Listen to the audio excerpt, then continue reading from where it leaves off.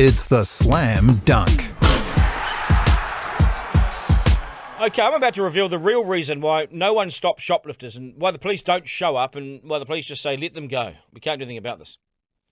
Sources within the New Zealand police, i.e. an ex-police officer, has approached me and told me what their policy is for shoplifters. This will shock you, and it's the reason why that they walk free every time they go into their supermarkets and don't pay. This is just so poor, and it's producing really terrible outcomes, and no one wins but the thieves themselves. And I think you'll be angry about this when I tell you about what's happening. Police have a policy of not investigating or following up any theft if the goods are valued at $300 or less.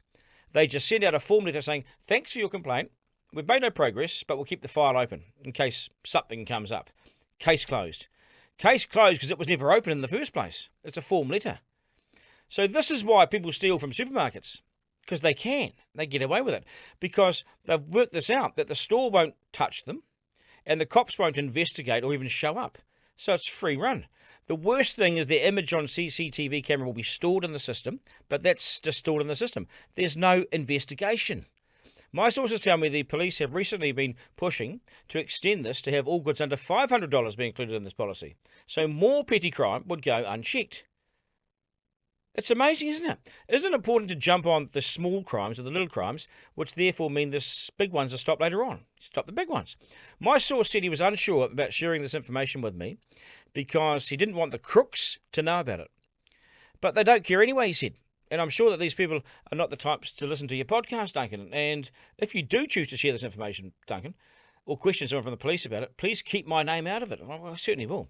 I can't imagine my bosses will be too happy about me sharing this information with you, but I think it's really important that these things are revealed so things can actually change.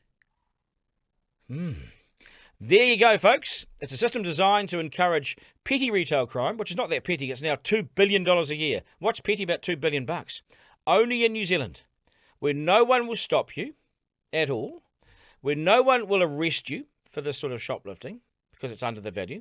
No one will investigate you for this kind of shoplifting. And did retailers know about this? Do they have any idea whatsoever? A system designed to help and aid and abet criminals. It does nothing for the hard-working mum and dad retailers who bust their gut. Nothing. They're insulted by this. So my challenge to Christopher Luxon is this. If you are getting tough on crime, what are you doing about this policing policy? Will you change it? Did you know about it? Are you going to do anything at all?